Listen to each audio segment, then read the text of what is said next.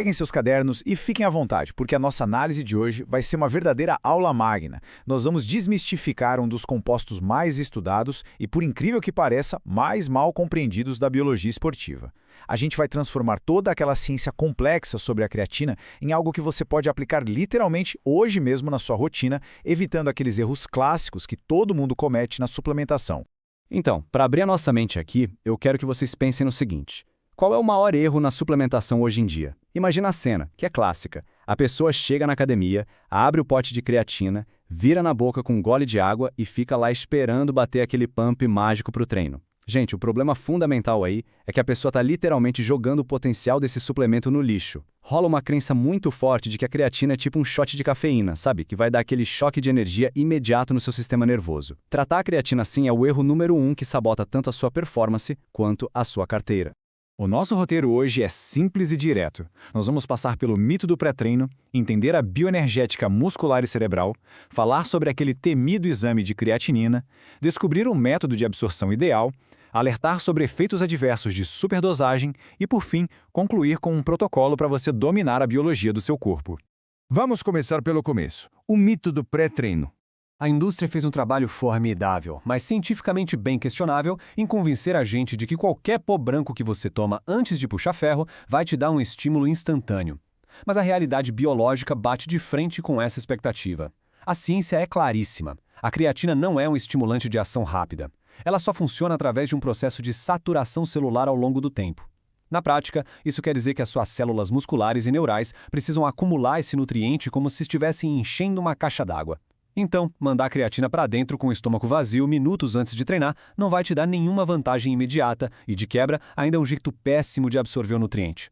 E isso nos leva à parte 2 da nossa análise, a bioenergética do músculo e do cérebro. Uma coisa fascinante sobre errar a mão na creatina é que você não está apenas punindo seu bíceps, você está deixando a sua capacidade cognitiva na mão. O ponto crucial aqui é esse número, 20%. Cerca de 1/5 de toda a energia que o seu corpo produz vai direto para o cérebro. É um tecido absurdamente caro para o nosso metabolismo.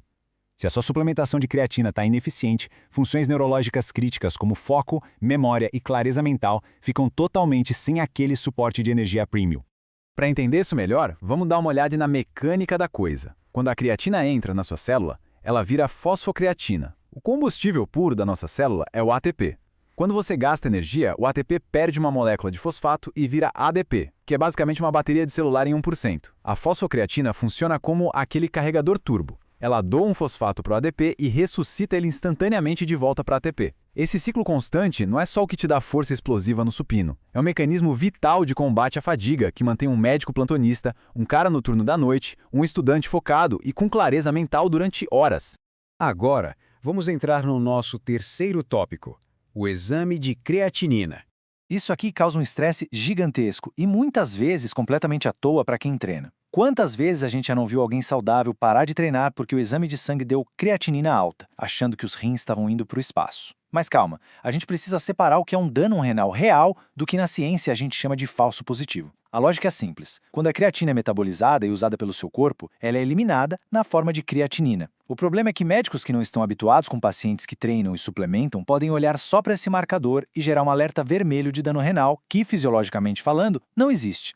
Então, como a gente resolve isso na prática? A regra de ouro para normalizar os seus exames clínicos e evitar um pânico desnecessário no consultório médico é pausar a suplementação. Corta a creatina e aguarda uns 30 dias completos. Esse é o tempo que o seu corpo precisa para eliminar aquele excesso de metabólitos. Só depois desse período você faz o exame de sangue. Assim você garante que o médico está vendo a capacidade real de filtração dos seus rins sem a interferência da sua suplementação diária. Quarto tópico. O método de absorção ideal. Bom, se a gente já sabe que tomar com o estômago vazio antes do treino é furada, qual é o cenário perfeito para encher as células de creatina? A resposta está numa manipulação endócrina bem inteligente.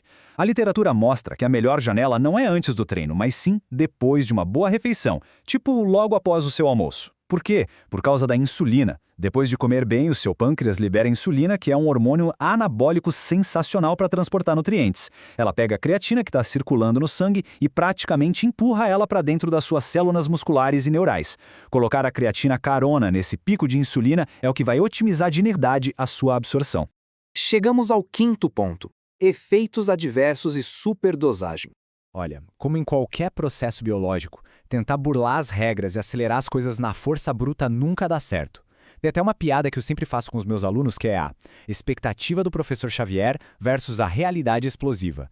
Tem gente que acha que se tomar uma mega dose de 10 gramas de creatina de uma vez, vai ativar a mente telepática do professor Xavier e virar um gênio instantâneo. Mas a ciência não funciona assim.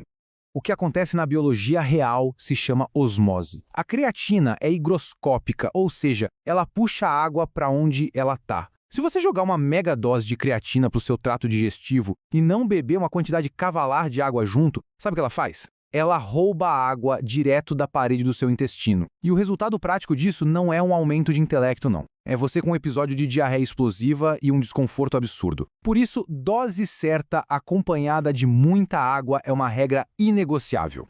Para fechar nossa análise, seção 6, dominando o corpo. Com toda essa biologia dissecada, vamos organizar o seu protocolo de uso diário para você extrair o máximo do seu corpo. Passo 1. Esquece essa história de que creatina é estimulante pré-treino. O esquema agora é usar de forma estratégica logo após uma refeição rica em carboidratos. Passo 2. Vai fazer exame de rotina nos rins? Pausa a creatina 30 dias antes para evitar falso positivo e susto à toa. E o passo 3. Comece a enxergar a creatina como uma ferramenta incrível também para o cérebro. O uso diário é fundamental não só para a força, mas para combater aquela fadiga mental chata e manter o seu foco afiado o dia todo. E isso tudo deixa a gente com um questionamento muito interessante para refletir. Quando a gente entende o nosso corpo no nível celular, tudo que era achismo de academia vira previsibilidade, vira ciência pura. Se dominar algo como a creatina já faz essa diferença toda, imagina o que mais a gente pode explorar. Será que o verdadeiro domínio científico é a chave definitiva para a gente chegar no pico absoluto da performance humana? É uma ótima provocação para a gente continuar pensando. Valeu demais por acompanhar essa investigação de hoje. Fiquem com a gente e lembre-se, digam sempre Olá Ciência!